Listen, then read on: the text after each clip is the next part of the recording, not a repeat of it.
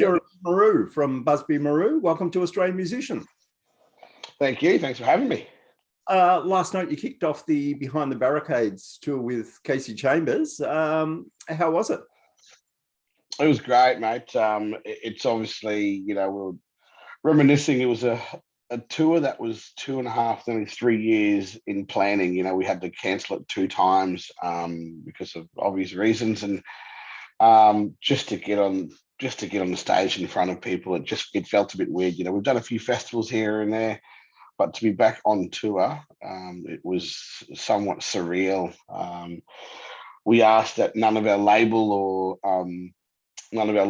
or management come. We just wanted to have a nice time as musicians bonding, and it was an awesome night.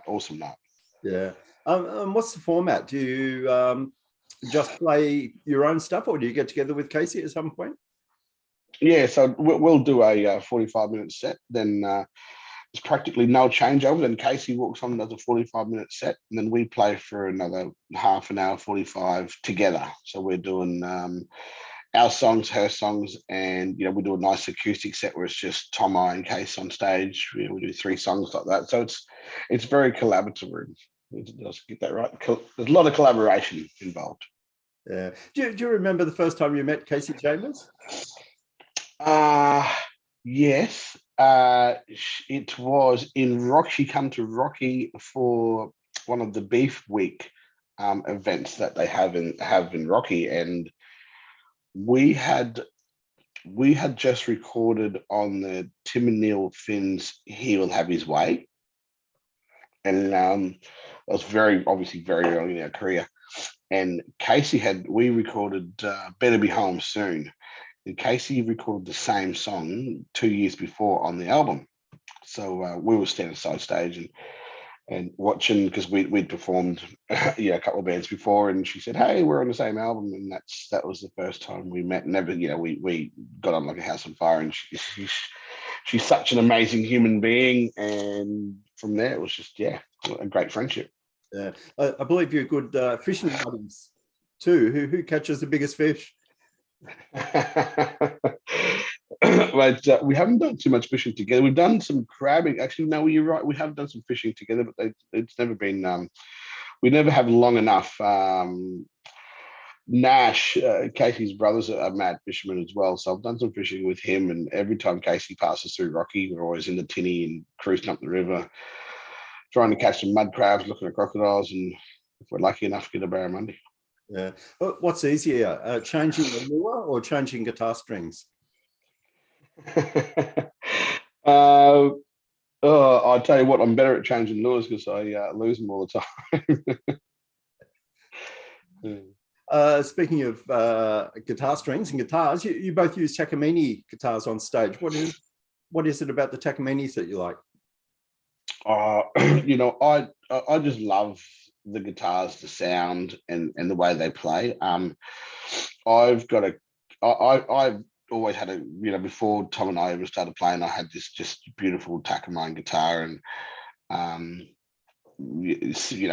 over the last 10 years we've had a lot of brands come to us wanting to endorse both Tom and I, but I just can't get away from this one guitar, and it's the one I play live. And our sound engineers put some beautiful microphones in them that make them sound amazing. The Cole Clark have a bit of a blend, a preamp and then some live mics in them.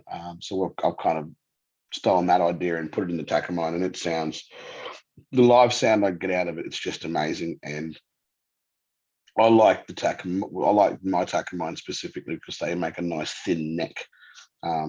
My hands aren't real big; they're just sort of short and fat. So I love the way. It's just easy for me to get around the fretboard, and they're beautiful to play. Yeah. Has it been a bit of a journey getting the live acoustic sound that you were chasing over the years? We've had to learn a lot. Early days we had, we wouldn't even have a tuner on stage. We'd be pressing buttons on top of the guitars. So it was just unprofessional. But our sound engineers have really looked after us. We've got a great crew around us, and they're all very, very I mean, Nathan Davis, his name is. He texts for or does front of house sound for Xavier Rudd as well. So we kind of steal some ideas off Xav and adopt them to ourselves. But yeah, you have to. The only way you learn to get these great sounds, especially for live, for big live stages, is just by playing nonstop. Yeah, you guys have got a great new single called "Everything Is Beautiful." How did that song come about? We were just in downtime as for music as well over the last couple of years writing, and we were doing some writing with Tom Eggett, a young producer from Brisbane. Amazing, amazing young guy. He ended up producing most of our album as well. We were just sitting in the studio and plotting away, and it. We tend to stay away from oohs and ahs, and this was a song where it's like, you know what, who cares? And we chucked some oohs and ahs in, and you know, the rest just seemed to gel. We have a very easy songwriting process that we don't try to change. You know, Tom comes up with some beautiful words. I tinker with a melody line, and it's, you know,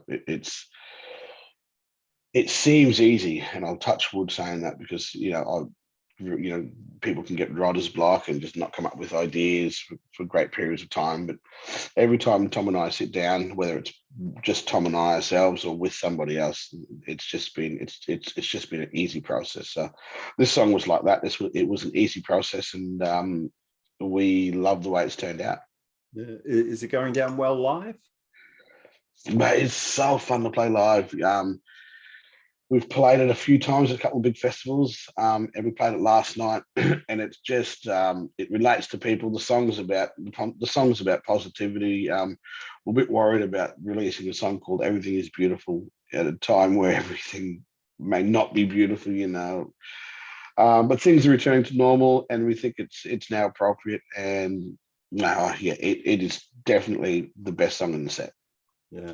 Another thing that you recently did was supported Midnight Oil on the Resist tour. What was that experience like? Right, I the best way to explain it is I've seen a lot of big bands, and we've supported some huge acts in our time. You know, from Elton John to, you know, Keith Urban, seen John Mayer live, all these amazing superstars. Midnight Oil set, their live performance is better than anyone I've ever seen. It blew me away, and I didn't grow up listening to Midnight Oil, but to watch them play live, and I knew you know all the songs. They're one of those bands you go, oh, I'm not really into them, but then all of a sudden you are singing every word to, you know, to every song. Their live set is truly amazing, and the way they hold themselves and their professionalism is unbelievable. We did a show with them, the Big Red Bash, maybe 3 years ago, and they were the headline act, and we were a couple of bands before them, and they just come off a tour of Europe. So they just come off a 30-day tour through Europe, and they arrived on site. They had a backstage stage set up where they run through the entire set from start to finish, and they walk on stage. So they like that's unheard of. You know, they're just like, wow, you just come off a tour, like, you know, you're set back to front after 3 or 4 shows. Yet they are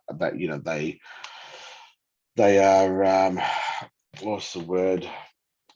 They're just wow, professional is just the word, and such nice people. Peter Garrett really helped us along back in his early days as a politician. There were some young bucks coming through, and he was the arts minister at the time, and gave us $25,000 to go towards an album, our first album for young emerging artists. And, you know, 15 years later, we're supporting them on the big stage. So it's it's a little bit surreal. Yeah. Did you and Tom have similar music collections when you were growing up? What did you both listen to as teenagers? Yeah, chalk and cheese, really. Mine was old school country. You know, Dad would listen to Buck Owens and the Buckaroos and Mel Haggard and like country. That's sort of country western, and Tom was more singer songwriter. Paul Kelly, You Am I. Early days when we started kicking around ideas of starting a band.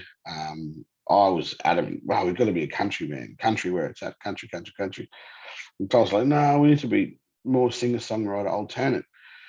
And it took us a while to learn. If you listen to our first EP, you go, oh, what were the boys thinking? The songs are so diverse, they're so different. But what we learnt is that no matter how country I play guitar, Tom's never going to sound like a country singer.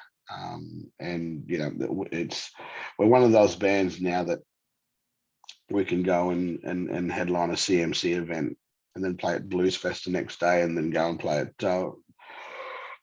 Woodford Folk Festival. So we're lucky we've got that diversity in our sound. But yeah, the different backgrounds and tastes have really benefit our sound. Yeah. The Great Divide was the last studio album in 2019. Where are you at with the next one? We're all done. It's all finished. We're just tweaking mixes now. So we're chop and changing. We're still cut and pasting different sounds in different spots, but it's all recorded. You know, Tom and I have just said, look, we've spent the last 6 months studio time, and we're on the road now. So we've sort of made an executive decision that we do not want to go back in the studio because we've just spent too much time in there away from our families. But it's all recorded. It all sounds amazing. We've done a lot of collaborations with a lot of different artists, domestic and internationally, and we're very excited about it. We really feel like it's our best work so far, and we've got a new label. Sony Music's behind us, and they're really pushing it and making sure we don't cut corners and we do things right. With a bit of luck, if all things stay on track, we plan on releasing sometime in September. Okay. Speaking of family time, you recently took Tom up to your homeland in the Torres Strait Islands. How was that experience? Had it been a while since you've been home? Yeah. Probably 2 years. Couldn't get there because of COVID, but actually probably longer, maybe 3 years. It was unbelievable. You know, it's something we have to put in the calendar. It's so far away, and you sort of go there, and you want to stay at least a week so you can, actually make it worthwhile. We jagged some nice weather, so the weather was insane up there. Apart from the heat was just tremendous, which is weird now because I'm in Melbourne and rugged up. It's 6 degrees in Melbourne, and last week we were in 27 degrees with 100% humidity. But no, it's always a beautiful experience. It's always great for him to, we're always traveling around and writing songs about the beautiful culture that we have, the Torres Strait Island culture, and for him to see it firsthand, it's very special for him and I. But we had a great time. God, there's some amazing fishing. Over the next 12 months, next couple of months, we'll be releasing snippets of us onto some very big fish. So, what's the grand plan for Busby Marou? We've always set out to be a long-term band. We're one of those bands that never just went boom. We've always had a slow progression. We have an amazing loyal fan base now, and we want to do it forever. We look at someone like Paul Kelly, who just plots away. He doesn't overwork himself.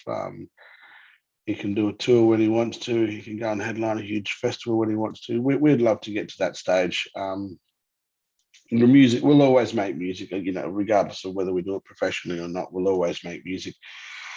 We always remind ourselves how lucky we are to be able to do music as a full, as a full-time position, and be able to support our families. To have, to be able to support our families, we know that that's not an easy spot to get to, and we always remind ourselves how lucky we are to do that. So we want to do it forever. We're good mates on and off the field too. We're not just in a band together. We're great mates. We have the same values. We both value family and friendships. Something we want to do forever. It's the best job in the world. Yeah. Right, Jeremy, it's been great to catch up. Thanks for joining us. Thanks, mate. Good chat. Yeah.